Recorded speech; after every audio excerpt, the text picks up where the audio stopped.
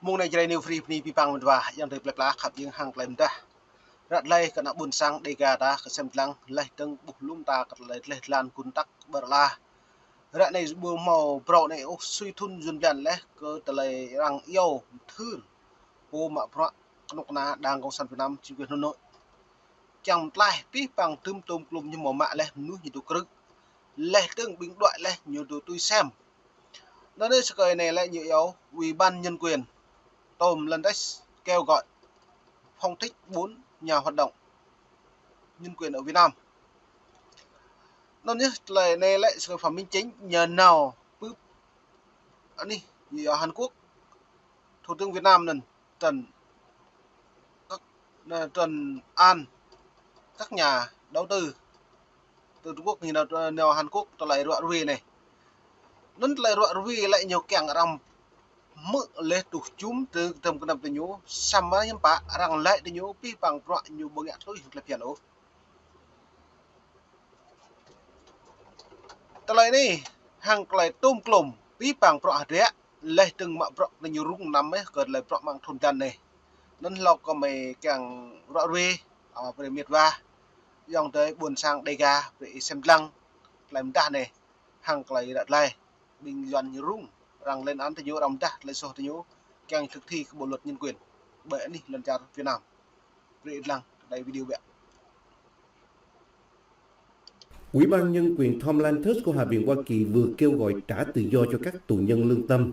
trong đó có ông Yigit, ông Y Bum Giá và bà Phạm Đoan Trang đang bị giam cầm tại Việt Nam. Lời kêu gọi này được phát đi nhân dịp kỷ niệm Ngày Quốc tế của Liên Hiệp Quốc chống tra tấn 26 tháng 6 hàng năm. Yigit và Y Bum Giá là những nhà lãnh đạo hội thánh Tin Lành. Nên ngày 26 hàng năm cất lần ta là dịch lên này ở đảo một trời xăm từ nhiều hiếm bạ nhưng ngã dự mà nên kéo tay đã bổ pi bằng hoạt rẽ này này đang cài pi bằng lần trả bổ càng tụ chung bình núi lần trả đang cộng sản Việt Nam thứ ra những càng một chặt này một chặt đi càng là vi bằng rằng trình thi cái bộ luật cả rằng trả đến cả tụi chung nhiều cả bộ lễ trả Mỹ trả Hàn Quốc Nhật Bản lũ trả một con tầng trả Prang Đức Anh giờ này đang càng về đoạn pi bằng thì nhiều đang một càng tụ chung nuôi thì nhiều lên trong cái năm thì nhiều về lại lấy về xem lăng là gì này qua Lành ở Việt Nam bị bỏ tù vì các ông lãnh đạo cộng đồng tôn giáo của họ. Có thông tin là họ bị tra tấn và bỏ mặt về mặt y tế kể từ khi bị bắt. Ủy ban nhân quyền Tom Lantos viết trên trang X hôm 27 tháng 6. Phạm Đoan Trang là một nhà báo ở Việt Nam bị bỏ tù vô cớ vì làm công việc của mình. Có thông tin là bà đã bị tra tấn và bị bỏ bê về mặt y tế kể từ khi bị bắt vào năm 2020. Ủy ban này cũng nhắc lại rằng hiện tại dân biểu liên bang Mỹ Glenn Grossman là người bảo trợ cho hai ông Yigit và Y Bum Giá, trong khi dân biểu liên bang Ro Khanna là người bảo trợ cho bà Phạm Đoan Trang trong dự án bảo vệ tự do, một dự án có mục đích vận động trả tự do cho các tù nhân chính trị trên toàn thế giới. Vào tháng trước, nhân dịp Ngày Tự do Báo chí Thế giới 3 tháng 5, Ủy ban Tom Lantos kêu gọi chính quyền Việt Nam trả tự do cho ông Trần Huỳnh Duy Thức, người đang thụ án tù 16 năm với cáo buộc tuyên truyền chống nhà nước và cũng nằm trong dự án bảo vệ tự do của Ủy ban này. Ủy ban này nhấn mạnh hơn 1/3 tổng số tù nhân trong dự án bảo vệ tự do đã phải chịu một số hình thức tra tấn. Mỗi tù nhân lương tâm phải được trả tự do ngay lập tức. Dùm sẽ đơn cất lại mềm đung lại dịch lên lại tùm rim thun rim plan cơ rằng yêu rồi nó ra nhắc cả cái lần chặn Việt Nam càng thực thi cái bộ luật nên nó lại mạ mắng rim thun lê từng sau tháng đầu năm đầm đã rồi càng Việt Nam thực thi cái bộ luật xăm á bị nhiều đã đấy bộ một thực thi xăm tạt được ố nó lại tung klum đi bằng mệt và thôn plan này ta bộ thôn tổ bảo tổ ba này mạ mong plan chú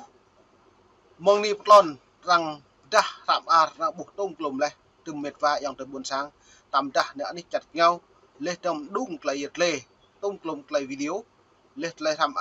nhưng ngại sát trong piêng xong mất tàu mà này mình nạp trứng tôi đã bổ lấy sự phẩm minh chính như nào vào Hàn Quốc nào cầu lại chìm lừa quy băng lại chìm le cái một mà trong cái nằm ở đặc một chụp bố sẽ lựa phố tổ chức nhân quyền mạo pro này là tôm lên lấy keng Việt Nam như thực thi các bộ luật cái nhân quyền mang nó nhập khi bình nuôi một ba cho mà tua cho trái tua cho doan tân ý thức lệ trường đoàn trang lễ so ấy của mình giá là càng pi bằng cộng đồng Việt Nam như thực thi bình này nhu tụ mạng cứ trong tiền tập năng và lệ trường bộ một ba sẽ theo cho nên cái tụ dùa thì nhiều tụ cứ nhiều bộ mình lại càng nhiều băng nữa nhá nhiều tụ cứ nữa nhá nhiều lệ rằng hụi thì giờ hụi thì nhiều rằng một cái nhiều lên nữa càng nhiều băng càng nhiều cứ càng nhiều ngã sát nơi buồn sang càng che lại gì thì nhiều càng rải lút rạ này thầu lệ bởi hội đồng bảo an liên quốc rằng trong say pi bằng mệt vải yang buồn sang tổ chặt mi các cái mà càng dứt nâng bằng họa nhu yap luật bằng iski mong nhìn nào có luật bằng iski ta bố hiểm bá kéo được lại phải dân luật bằng iski lại nhìn nào lại công vấn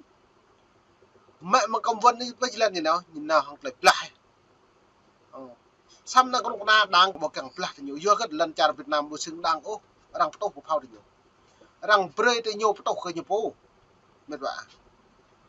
mang thế giới cộng đồng thế giới này này nước Mỹ hay này là những cái nhầm của Trung Quốc Nga lùng lào Trung Quốc nay ta bố pi bằng triệt đã Trung Quốc lư nhưng bạn nhưng mà mình Việt Nam lại như bằng giờ ta này pi bằng hàng hóa lại những cái nam mạng Trung Quốc sao nữa nhiều mạng để đâu nhiều mạng bộ máy bộ phận dấp nâng loại những bia cái sáng như lắp ráp tần trang màu ấy bố thì sao tăng thì nguy đơm nhiều mạng cái nhập cái lên như tần trang cái nhập lời vô đồng như tần trang cái như lệ trẻ nhau không cả ấy buổi Việt Nam bộ mò sam ta là cái thấu mình vả cái nói như đỏ làm plư đang đôi lại đỏ như một lại lệch như một lại plư như một lại thâu thì như ngạ bộ tàu nhiều mồ để đâu nhập lời mà rim thôn mới nhập lời mà đang bây giờ lúc nguyên tân giống nào bạn chả mỹ đi nhưng bạn nhục lời để tua lopo để su nữa lê tông lâu đi tháng 9 2023 Joe Biden tròn mà Hà Nội nhiều keng như áo hợp tác như áo nâng cấp hợp tác nên lại ta lấy linh hán ta lấy sĩ mẹ này đi như cầu keng rằng như thế nhiều S16 sam rằng vậy nạp nhiều sam ru tro rằng lại bà rằng lăng cái lệ vi phạm phải như sót là hiện như nhụ mại rằng nghe lén có lấy thông tin rằng lê rằng thầu của tàu Việt Nam bảo hiểm lê trong cái phẩm minh chính nhìn nào dắt chặt đi chặt này hiệp bạ nhu lại rằng bon hàng rằng nhu lại nhu mạ rõ như loại về nhu câu công ty chặt rằng càng xâm nhập chặt nhú lấy sự lé mang lấy lắp ráp mạnh điện thoại lưu hàng hóa gần tôi ra này tôi bộ viện loại mong chào Việt Nam bởi công ty Samsung này Oppo 4.000 một vì bằng hàng một na đang sản Việt Nam vừa ta có một na Hà Nội lại nhiều bờ đập dập chất lượng có lấy thực thi của bộ luật có lấy luật an ninh này luật mạng này lê tấn luật quyền con người này bộ mộ nên tua bộ trà này lại viện loại tua bộ công ty viện loại kẹo bộ kẹo một cái trà Việt Nam nó cao bắt thâu mong đi bắt nạp tưng lu công ty rằng thực hiện đoạn bởi này ta bổ như thất nghiệp mong non nhớ ta bổ đoạn này bà nạo buồn sang ta bốn tâm nhớ từ mạ pro lên thằng phát lên lận là này nhà nước xâm chiếm pi lấy nạo viện nạo trăm là thia này lại từ mạ pro công ty Đồng Nai Đà Bình Dương Đại Sài Gòn nó nè lu như là mạ pro mong đi nạp như thất nghiệp cho mong pro mạ đi lần như nào mong non nhớ nhớ ô ạt là u cào sang tô cần máu ma cần máu chẳng chê hay này máu hay đầm prem làm tí mừng đi bắt lòn thì máu á sợ tọ mừng plẹn đây mừng đi bắt nạp là hiếm bạn đã bổ đang nhận này nhủ mô nó lại tập nắng thất nghiệp bố một rộng mạ tập năng clip sai lê trong năng mừng đi bắt nạp tương nhầm plư lu nặng buồn sang đầy gà đã lại cả này xị chặt này á như thằng mòn nó bỏng này bình quân buồn nét nhầm plư nặng lại là bình rõ prong nhầm plư chẳng thể nhố xuân ngăn xị lần nặng thì xị lần chặt được bộ mò nhà nước như lại nhà nước mà bộ mò khoa như lại khoa mà cái bộ mà này sẽ nó mất lại tung lồng mày lê ra này rằng cái nhầm mà bọ như lại nhưng thâu về liên đoạn được ta dạ này nó là nhiều cơn nhưng bạn là chỉ nhận được chứ hai này nhập bằng ở Trung Quốc ấy 99% tới nhập bằng Trung Quốc Việt Nam này nhập bằng có Mỹ một cơ hội này vừa đặc Việt Nam có Mỹ lại Mỹ mạ mong tổng thống Joe Biden tuần tháng 9 vừa qua 2023 này lại bộ màu thực thi thì nhối chỉ hiếm bạ lại Mỹ thâu thực thi thì nhối do Mỹ lại bốc pi bằng bọ nhiều ngạn ở bộ màu như học mạng đừng nghìn tỷ đô la năm nhớ đang càng yêu thì nhiều tài trợ nữa xong bạc nguồn bạc bù vừa gật lời nó lấy nhiều như sót lấy tiền đang dựa danh sách nó bù như bố nghe tôi ấy gì nó lại tung lùm rọ về cờ rọ về bù lại ta này lại hà này lại lệch làn hà này rọ về xem làng viện đang lấy lên này lập tức và vô điều kiện.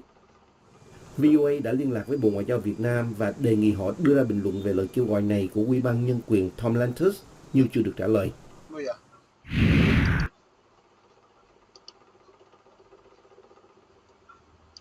Ông cũng trấn an các tập đoàn Hàn Quốc về nguồn cung điện của Việt Nam, đảm bảo Việt Nam không thiếu điện do Việt Nam đang đa dạng hóa các nguồn điện. Tại buổi tọa đàm với các chuyên gia bán dẫn và trí tuệ nhân tạo Hàn Quốc cũng trong ngày 1 tháng 7, ông Chính đề nghị họ giúp đỡ Việt Nam phát triển các ngành công nghệ này và đề nghị Hàn Quốc cấp thêm học bổng đào tạo cho sinh viên Việt Nam về bán dẫn. Nó là và mình chính như nào làm ra hàng lại lên nó lại càng lại yêu prak đào tạo học bổng lên đường là sĩ điến lên đường politics lũ đi không cần đường sam ra này lại là một là chung của nhiều phần nào